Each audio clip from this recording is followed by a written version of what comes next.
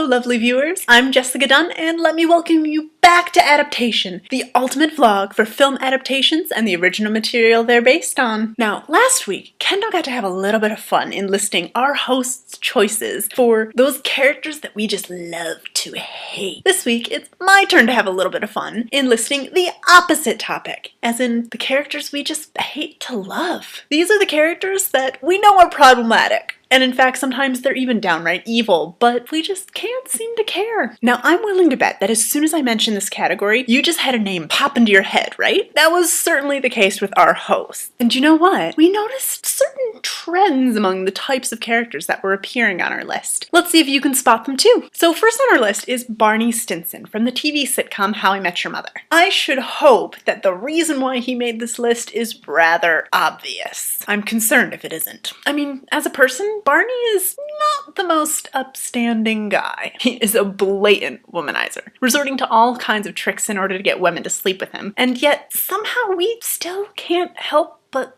love him? Could be that he's played by Neil Patrick Harris, who, let's face it, just can do no wrong. But more than that, we genuinely like the character arc that Barney gets throughout the series, with the notable exception of the final episode, of course. But then again, I ask you, what final episode? That's right, in my mind, it doesn't exist. Along the same lines is millionaire playboy philanthropist Howard Stark, who appears first in Captain America, the First Avenger, and then is a recurring character in everyone's favorite TV show, Agent Carter. Again, he is a playboy, as in, can't remember any girls' names because there's really just so many of them. On top of that, he's blatantly arrogant, and yet he's just so darn endearing. They play up his faults so well, giving them a humorous spin, but still defining them as definite character flaws. Still keeping to the Marvel universe, the next character that we just can't help but love is Loki. Now, mentally, we know he is the villain, but all the same, it doesn't stop him from becoming pretty much everyone's favorite character. In fact, in our podcast for the second Thor movie,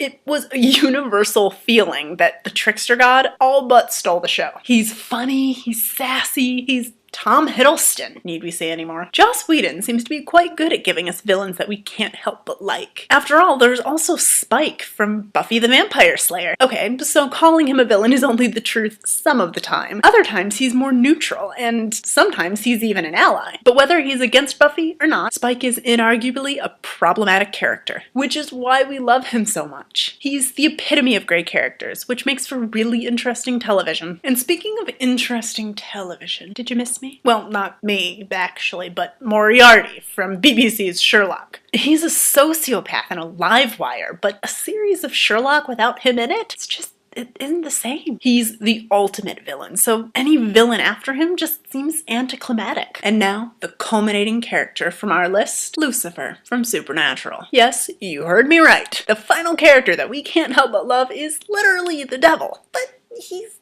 just so fun. Such a cool villain. He's even a protective brother. You know Supernatural is a really good show when they add such a dimension to Lucifer himself that you find yourself actually liking Satan. Did I just say that out loud? And on the internet. And it is a good thing that this brings us to the end of the list because I'm not sure if anything could top the devil himself.